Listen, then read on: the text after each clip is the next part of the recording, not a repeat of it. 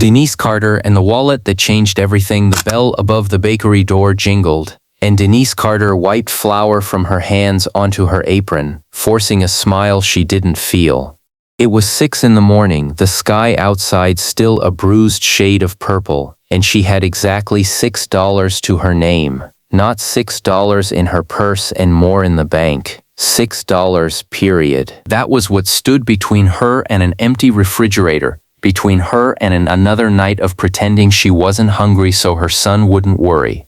Denise had worked at Miller's Bakery on the corner of 5th and Elm for almost 3 years, kneading dough before sunrise, dusting cinnamon rolls with sugar, smiling at customers who never once wondered what her life looked like after she clocked out. She was 28, a single mother, and tired in a way that sleep couldn't fix. Her husband had left 2 years earlier, and since then it had been just her and her 6-year-old son Micah, against every bill that came in the mail. Rent was due in 4 days. She was short. Not a little short, desperately short. That morning she'd counted her cash 3 times, hoping the number might change if she just believed hard enough. It didn't. $6. She tucked it into her apron pocket like it was something precious, because to her it was. The bakery was busy that morning, filled with the usual rush of commuters grabbing coffee and pastries before disappearing into the city. Denise moved through the chaos on autopilot, her mind circling the same worry over and over: how she was going to make rent, how she was going to feed Micah, how she was going to keep the lights on. She was so lost in her own storm that she almost didn't notice the leather wallet sitting on the floor near the stool by the window, half hidden beneath a fallen napkin. She bent down to pick it up, intending to hand it to the register so someone could claim it. But the moment it was in her hands, she froze. It was heavy, not just with cash, but with cards, with the unmistakable weight of wealth. She opened it slowly, almost afraid of what she'd find, and her breath caught in her throat. Stacks of $100 bills. A black card she didn't recognize, but somehow knew meant money beyond anything she'd ever touched, and an ID with a name she'd seen before, splashed across magazine covers and business news, a name belonging to one of the wealthiest men in the entire state. For a moment, the whole bakery seemed to go silent around her.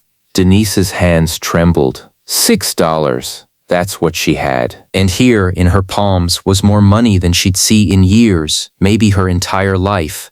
Nobody had seen her pick it up. Nobody would know if she simply slipped a portion of that cash into her pocket, if she took just enough to cover rent, just enough to breathe for 1 more month. Her son's face flashed in her mind, his hopeful eyes, his small hands reaching for her every night, wondering why she looked so tired. It would have been so easy to justify it. If you believe in second chances, in moments that test who we truly are, take a second right now to like this video, drop a comment below, share it with someone who needs a little hope today, and subscribe to Kindness Corner so you never miss a story like this one. But Denise didn't take the money. She stood there in the middle of the bakery, wallet in hand, and something inside her, something stronger than her fear, stronger than her desperation, refused to let her become someone she wouldn't recognize in the mirror. She thought about her mother, who raised her with nothing but always said that character was the one thing poverty could never take from you. She thought about the example she wanted to set for Micah. And so, shaking, she walked to the counter, called her manager over, and reported exactly what she'd found. Within the hour, a driver arrived at the bakery, sent by the man whose name was on that ID. He introduced himself simply as Nathaniel, an assistant to a man named Charles Whitfield, a name Denise now recognized as belonging to a business empire that touched nearly every industry in the city. Nathaniel explained that Mr. Whitfield had dropped the wallet that morning while rushing to a meeting, distracted after receiving devastating news about his company. He hadn't even realized it was missing until his card was declined trying to pay for gas 20 minutes later. Denise handed the wallet over without hesitation, her heart still racing, half expecting nothing more than a polite thank you. Instead, Nathaniel studied her for a long moment, then asked for her name and where she worked, saying Mr. Whitfield would want to know who had shown him such honesty during what was, by all accounts, one of the worst mornings of his life. 3 days passed. Denise had almost forgotten about the whole encounter, too consumed by the looming rent deadline to think of anything else. Then, on a quiet Thursday afternoon, a black car pulled up outside the bakery and a man stepped out who Denise instantly recognized from the ID photo.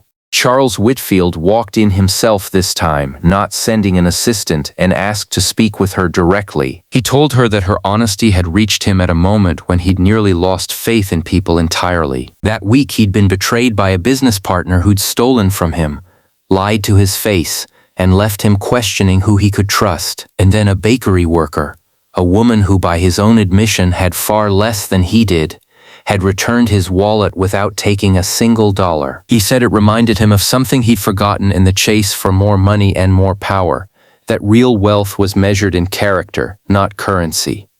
What Charles did next left Denise speechless.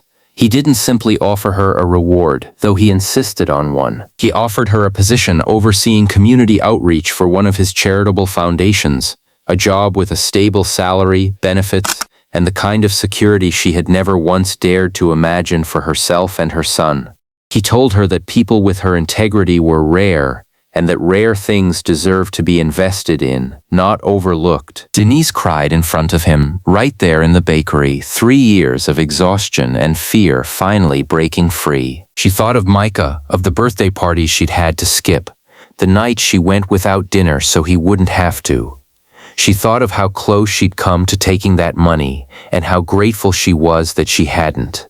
Months later, Denise still remembers that morning with $6 in her apron pocket, not as the lowest point of her life, but as the turning point. She often says that her honesty didn't feel like a choice in that moment. It felt like the only thing she had left that no one could take from her. And it turned out to be worth more than any amount of cash ever could. If this story moved you, if it reminded you that kindness and honesty still matter in this world, please take a moment to like this video and share it with someone who needs to hear it today. Before you go, drop a comment below and let us know, would you have kept the wallet or done what Denise did? We'd love to hear your honest thoughts.